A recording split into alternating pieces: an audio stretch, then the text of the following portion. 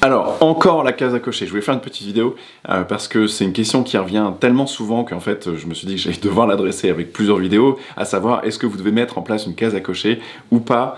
Et en réalité, c'est... Si vous êtes vraiment, si vous passez du temps là-dessus, c'est qu'il y a un problème dans votre organisation, dans vos process de conformité RGPD.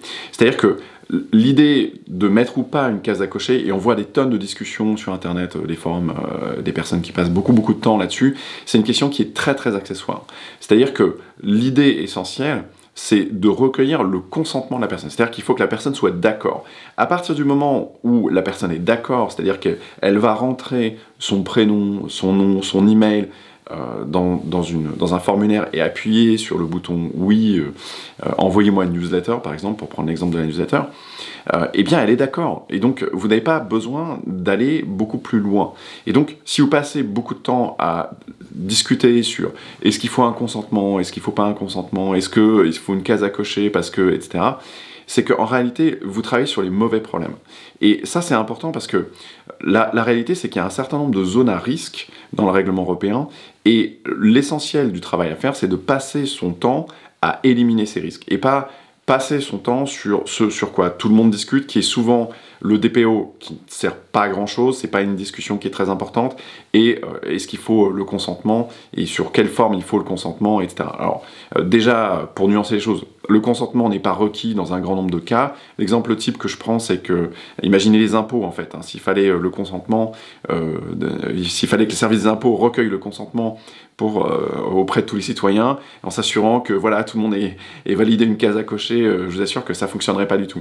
Donc le consentement, c'est un élément, mais c'est que ce n'est qu'un élément. Il y a tout un tas d'autres cas dans lesquels, effectivement, qui servent de base légale, puisque c'est l'article 6 dont on discute à ce titre-là. Donc voilà, 6 et 7 spécifiquement pour le consentement. Donc le point important, ce qui est 100 fois plus important, vraiment, que passer du temps sur savoir s'il faut une case à cocher, c'est d'implémenter l'ensemble des dispositions de l'article 13.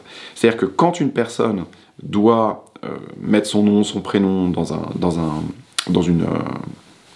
formulaire, eh bien, le responsable du traitement doit afficher un certain nombre d'informations légales. Et ça, c'est hyper important. La CNIL est extrêmement sensible là-dessus, et donc, c'est 100 fois plus important d'afficher ces mentions légales que d'avoir la case à cocher « oui, je suis d'accord », en dessous du formulaire dans lequel la personne vient déjà de remplir et pour lequel elle est déjà d'accord. Donc, alors, il y a des cas dans lesquels, effectivement, si vous réalisez des traitements sensibles, on va s'assurer d'avoir un consentement bien renforcé pour être sûr que c'est bien la personne qui est d'accord et qu'elle est bien d'accord et qu'elle a bien compris un certain nombre de choses. Ok, mais c'est 100 fois plus important de mettre en place les mentions légales à l'article 13, c'est-à-dire qui est le responsable du traitement, quelles sont les finalités, quels sont les délais de conservation des données, etc. Je vous allez jeter un œil à l'article 13 en détail. C'est 100 fois plus important que ça que la case à cocher. Et la CNIL est beaucoup plus attentive, si vous juste réfléchissez en termes de sanctions, la CNIL est 100 fois plus attentive à ce que des mentions légales aient bien été affichées à l'utilisateur lorsque le traitement de données à caractère personnel est mis en place, qu'une case à cocher. Case à cocher, c'est vraiment le truc accessoire, donc voilà. Alors, ne perdez pas votre temps. Si vous n'avez pas fait de formation, venez nous rejoindre en formation. J'organise des formations assez régulières. Vous allez toujours apprendre des choses intéressantes sur la chaîne YouTube. Je vous invite à vraiment vous inscrire si vous n'êtes pas inscrit. Mais si vous voulez éviter de perdre votre temps, allez à l'essentiel et comprendre en fait pourquoi effectivement on a ce type de problème et ce sur quoi en fait il faut se concentrer. On regarde en fait simplement la jurisprudence ou l'ensemble des décisions de la CNIL que la CNIL a rendues ces 40 dernières années. Et en fait, moi, je fais une synthèse de tout ça et je vous explique vraiment quels sont les points les plus importants. Donc, si vous n'avez pas déjà fait une formation, venez nous rejoindre en formation. C'est vraiment un excellent produit. Je vais mettre le lien ci-dessous. Et puis sinon, j'espère vous retrouver à bientôt. Ciao, ciao!